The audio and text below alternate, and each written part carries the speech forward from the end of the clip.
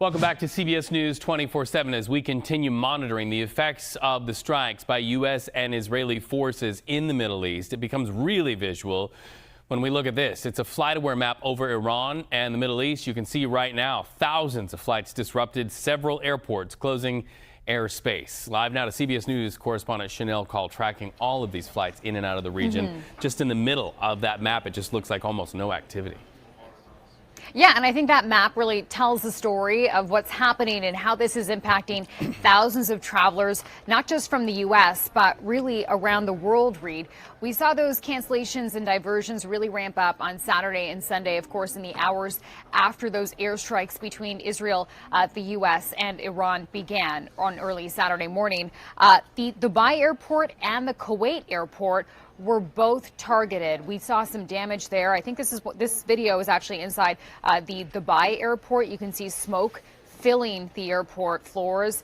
And so obviously scary moments there. People were evacuated from inside the airport. The Kuwait airport also struck, and this affected so many people who were traveling to or through the Middle East. I want to take you back to that flight-aware map now to pick you up to speed on where things are at right now, because you can see that there really is no activity in many areas of the Middle East right now. And that is because Iran, Iraq, Kuwait, Israel, Bahrain, and Qatar, they have all now closed their airspaces. And those neighboring countries there, Reed, also restricting air travel at this point in time. Abu Dhabi today, and I was just speaking to someone who's there, they had briefly reopened their airspace for departures. They had 16 Etihad flights leaving the country, but that window now appears to have closed. That was just for 3 hours.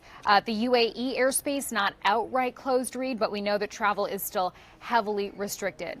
In terms of how big of an impact this is having, I mean, it cannot be understated, because at this point people are saying this is the world's worst travel disruption that we've seen since the COVID-19 pandemic. We're talking about hundreds of thousands of people who've had to cancel their flights, who've had to be redirected somewhere else, or stay in a country that they didn't plan on staying in for a longer period of time. In fact, I spoke to a woman who's from Boston. She was traveling in Dubai when all of this happened. She was on a vacation there, and now she's stuck. She talked to me about the moment that she found out that that iconic luxury Fairmont hotel in Dubai had caught fire after it was hit by a strike. This was a scary moment for so many people in the area and people who actually could see it happen. So take a listen to how she described that moment. A lot of my friends who lived there all packed their bags and just got out. And you just didn't know if another thing was coming next. And I think because it was such a major building and in a well-known area, that obviously hit a chord with a lot of folks. I myself that night after everything started happening was like, I'd really like to maybe just get out to the desert or the mountains or somewhere where there's no air bases, there's no ports, there's nothing where it looks like an automatic target or even a big tourist destination. And every hotel was sold out. I called 30 hotels. There was like nothing in the vicinity if you wanted to go towards the mountains or the desert. So obviously a lot of chaos and panic that you're hearing there, Reed. She was saying that she tried to call about 30 hotels.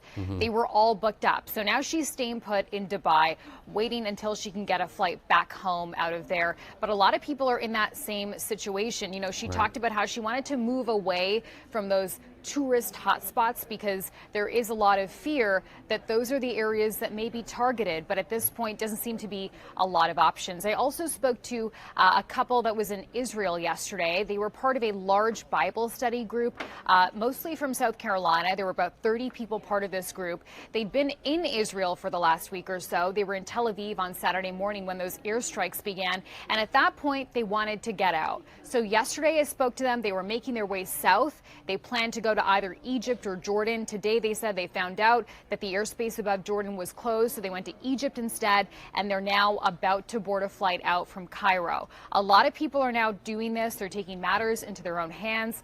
When we look to the State Department for any guidance on this, that's kind of what they're saying, Reed. They're saying that if you are stuck abroad at this point, you do have to make your own departure plans and not rely on the government for help. Shanelle Kaul, thank you so much. Good to talk to you.